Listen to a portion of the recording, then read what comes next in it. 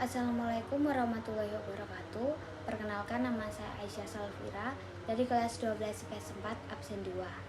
Di sini saya akan mempresentasikan tugas geografi, yaitu perbedaan desa dan kota menurut Prof. Bintarto. 1. Masyarakat desa bersifat agraris dan homogen.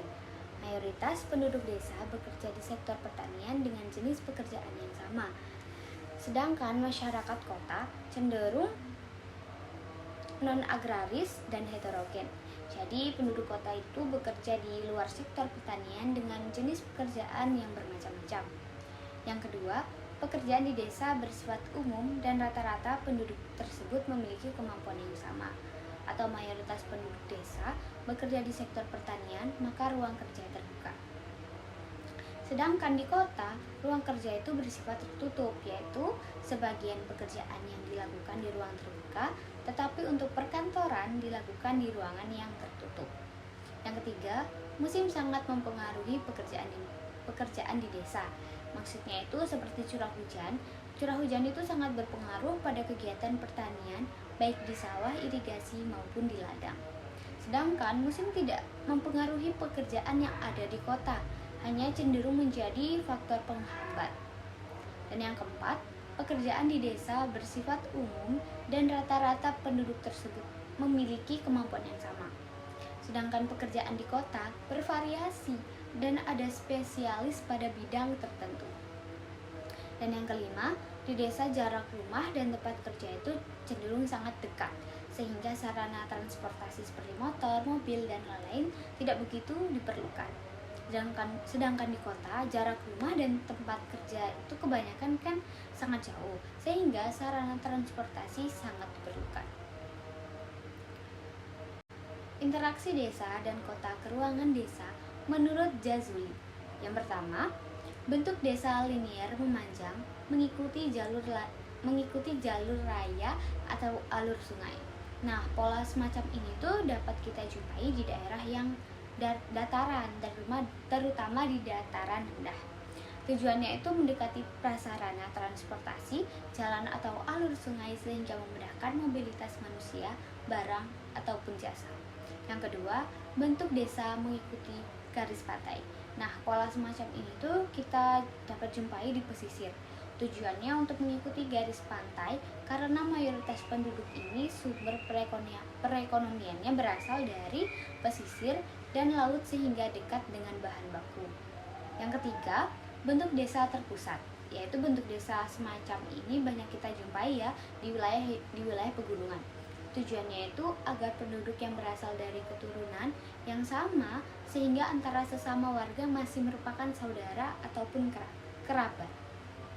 Dan yang keempat, bentuk desa mengelilingi fasilitas tertentu, yaitu bentuk semacam ini itu sudah banyak yang kita jumpai di wilayah dataran rendah dan memiliki fasilitas umum yang banyak dimanfaatkan oleh penduduk setempat, seperti mata air, danau, waduk, dan fasilitas lainnya. Tujuannya agar para penduduk dekat dengan fasilitas kebutuhan dalam pola keruangan kota atau struktur kota ada 3, yaitu teori sektor. Nah, di teori sektor ini memiliki beberapa zona. Yang pertama, zona 1. Zona 1 ini daerah pusat kegiatan DPK atau yang bisa kita sebut dengan Central Business District. Zona 2, daerah grosir dan manufaktur. Zona 3, pemukiman kelas rendah. Zona 4, pemukiman kelas menengah. Dan zona yang kelima yaitu pemukiman kelas atas. Teori yang kedua adalah teori inti ganda. Teori inti ganda itu bisa kita sebut dengan pusat kegiatan banyak. Memiliki beberapa zona juga. Yang pertama, zona daerah pusat kegiatan. Yang kedua, daerah grosir dan manufaktur. Zona 3, pemukiman kelas rendah. Zona 4, pemukiman kelas menengah. Dan zona kelima, pemukiman kelas tinggi. Zona keenam, daerah manufaktur berat. Dan zona yang ketujuh, daerah di luar PDK. Zona 8, pemukiman suburban. Zona 9, daerah industri suburban. Yang ketiga adalah teori ketinggian bangunan. Teori ketinggian bangunan ini juga memiliki beberapa zona. Yang pertama, daerah pusat kegiatan DPK. Zona kedua, peralihan atau zona perdagangan beralih ke pemukiman. Nah, zona ketiga ini pemukiman kelas pekerja atau buruh. Zona keempat, pemukiman kelas menengah, dan zona kelima, penglaju. Penglaju ini seperti zona pemukiman beralih ke zona pertanian. Bentuk-bentuk kota juga ada 6. Yang pertama, kota kipas. Nah, kota kipas ini merupakan kota yang berada di daerah pinggiran seperti Chicago, Jakarta, dan Boston. Yang kedua, kota bujur sangkar, terbentuk karena adanya kegiatan yang relatif seragam, seperti contohnya itu pertanian. Contohnya itu seperti kota Indianapolis dan Yogyakarta. Yang ketiga ada kota persegi panjang. Pada dasarnya sama seperti kota yang berbentuk bujur sangkar.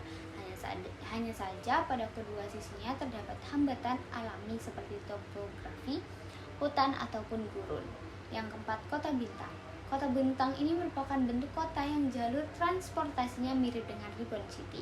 Namun pada bentukan ini, jalur transportasi tidak hanya satu arah, tetapi memiliki berbagai arah. Oleh karena itu disebut dengan bentukan gurita ataupun bintang. Dan yang kelima, kota bulat. Kota bulat ini merupakan bentuk kota yang dianggap ideal karena jarak dari pusat kota ke ujung-ujung terluar kota hampir sama. Dan yang keenam, kota memanjang atau Ribbon City. Dari bentuknya yang sangat memanjang, dapat terlihat bahwa perkembangan kota ini sangat didominasi oleh peranan jalur transportasi. Terima kasih.